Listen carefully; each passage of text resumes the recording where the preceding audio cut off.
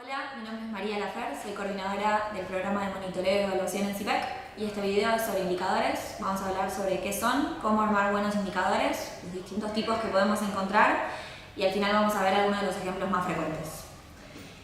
Los indicadores son un elemento clave en la construcción de evidencia para la toma de decisiones porque generan información que usamos para el monitoreo y la evaluación. Un indicador es una variable que puede ser cuantitativa o cualitativa que nos sirve para medir una dimensión. Cada indicador está compuesto de 4 cosas fundamentales. La primera es una fórmula de medición que especifica cómo se calculan los diferentes valores que puede llegar a tomar el indicador. La segunda es una fuente de información que alimenta el indicador. Tiene que tener una frecuencia de medición que le da una dimensión temporal y finalmente tiene que tener una línea de base y una meta.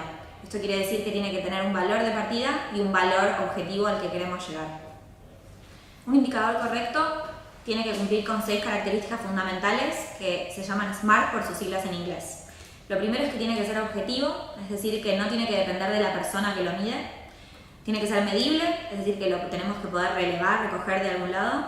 Tiene que ser específico, es decir, que tiene que medir lo que queremos medir y no otra cosa. Tiene que ser práctico y económico, en el sentido de que su relevamiento tiene que poderse realizar de manera fácil y práctica. Y por último, tiene que estar asociado a un plazo que tiene que tener sentido para obtener la información que nos interesa.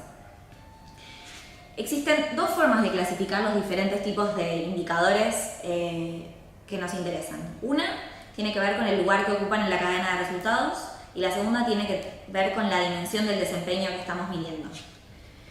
La primera, como podrán ver, está asociada a la teoría de cambio que vamos a ver en otro de los videos. Para eso tenemos 5 tipos de indicadores. Los primeros son los indicadores de insumo, que miden los recursos de todo tipo, que pueden ser económicos o recursos humanos, que se destinan al programa. Los otros son los indicadores de actividad, que miden los procesos que implica el programa o política. También puede haber indicadores de producto o output, que miden el volumen o la calidad de los bienes y servicios que son de esta política.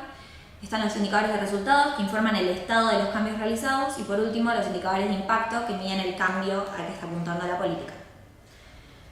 La otra clasificación de indicadores tiene que ver con la dimensión de desempeño. Para esto existen indicadores de economía que están relacionados con los recursos de la política, que pueden ser la ejecución presupuestaria, por ejemplo.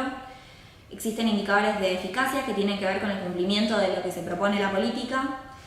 Los indicadores de eficiencia que tienen que ver con la productividad con la cual se realiza una tarea en cuanto a la cantidad de insumos que necesita cada producción de bien o de servicio que implica la política y finalmente los indicadores de calidad que miden las cualidades con las que se realiza la política. Hay 5 pasos fundamentales para construir un buen indicador. El primero tiene que ver con identificar y o revisar los objetivos y metas. Esto lo vamos a ver en otro video que es fundamental que esté bien claro para avanzar en la realización de indicadores. El segundo paso tiene que ver con identificar las dimensiones a medir. Esto es importante para definir qué es lo que vamos a medir y qué es lo que podemos medir. El tercer paso tiene que ver con la construcción de fórmulas. Esto tiene que ser muy explícito para que todos estemos seguros de qué es lo que estamos midiendo y cómo lo estamos midiendo. En general, tiene que ver con una fórmula matemática y a continuación vamos a ver algunos de los ejemplos más frecuentes. El cuarto paso tiene que ver con recoger la información necesaria para ese indicador, por eso es importante que un indicador sea fácil de recolectar y económico. Y por último tiene que haber una validación de los indicadores.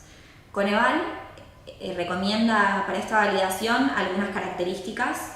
Primero es que tiene que ser claro en cuanto a la técnica de interpretación, tiene que ser relevante, es decir, que tiene que estar relacionado con un aspecto fundamental de la política.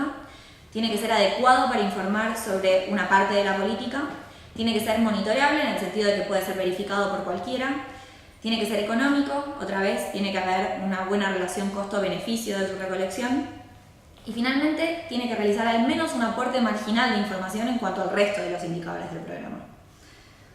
Por último, me gustaría compartir con ustedes algunas de las fórmulas más frecuentes que usamos para indicadores en política pública.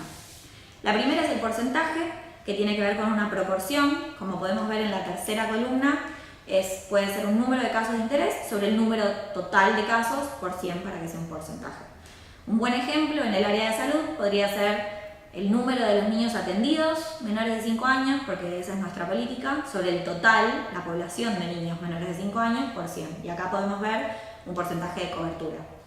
Otro es la tasa de variación, que tiene que ver con los diferentes valores que la misma variable puede tomar en dos momentos del tiempo. Esto se calcula con el valor de este año, se le resta el valor del año anterior y se divide por el valor del año anterior, se multiplica por 100. Y aquí podemos tener una conclusión como, por ejemplo, este año hubo 20% más de denuncias que el año anterior. El otro es muy común, es un promedio y tiene que ver con algunas medidas de distribución, la más frecuente en general. Aquí se suman todos los valores que toma la variable y se divide por el número total de cantidad de valores que tenemos. Esto puede ser con las notas, todas las notas de los exámenes sobre la suma de todas las notas. Por último, tenemos una razón, que es el total de casos de la variable sobre el total de casos de otra variable, y podemos tener una medida de la relación entre dos variables. Por ejemplo, el total de pacientes atendidos sobre el total de enfermos. Esto fue solo una breve introducción. Por favor, consulten la bibliografía del curso y si les quedan dudas, por favor envíen un mail al mail de la coordinación del curso y estamos disponibles para cualquier cosa. Gracias.